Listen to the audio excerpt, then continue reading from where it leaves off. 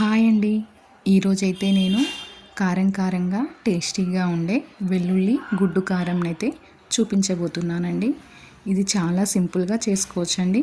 దీనికోసమైతే ముందుగా మనం పొట్టు తీసి పెట్టుకున్న వెల్లుల్లిని తీసుకోవాలి.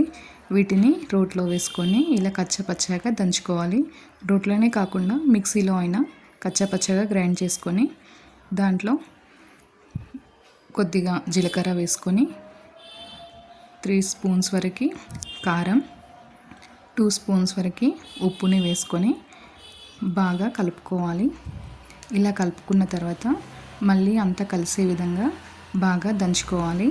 ఇలా అంతా కలిసే వరకు మంచిగా దంచుకోవాలి.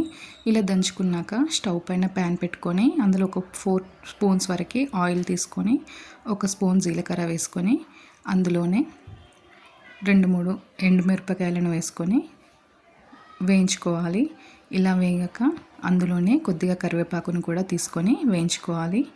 దీంట్లోకి మనం దంచిపెట్టుకున్న వెల్లుల్లి కారంని వేసుకొని పచ్చివాసన పోయేంత వరకు బాగా ఫ్రై చేసుకోవాలి. ఇలా కలుపుకుంటూ బాగా ఫ్రై చేసుకోవాలి. ఈ కారం అయితే చాలా టేస్టీగా ఉంటుందండి. మనం వేడి వేడి అన్నంలోకి తిన్నామంటే చాలా తినాలనిపిస్తుంది. ఇలా ఫ్రై అయిన తర్వాత దీంట్లోకి 2 గుడ్లను తీసుకొని వేసుకోవాలి. కొద్దిగా వేడయ్యేంత వరకు అలానే ఉంచి గుడ్డుని కారంని బాగా కలుపుకోవాలి.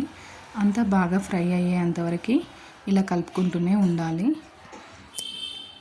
నోటికి ఏది టేస్ట్గా అనిపించినప్పుడు కారంగా ఏదైనా తినాలనిపించినప్పుడు ఇలా ట్రై చేసి చూడండి. చాలా టేస్టీగా ఉంటుంది. ఇంకా తినాలనిపిస్తుంది. ఈ వీడియో కనుక మీకు నచ్చినట్లయితే మీరు కూడా ట్రై చేయండి.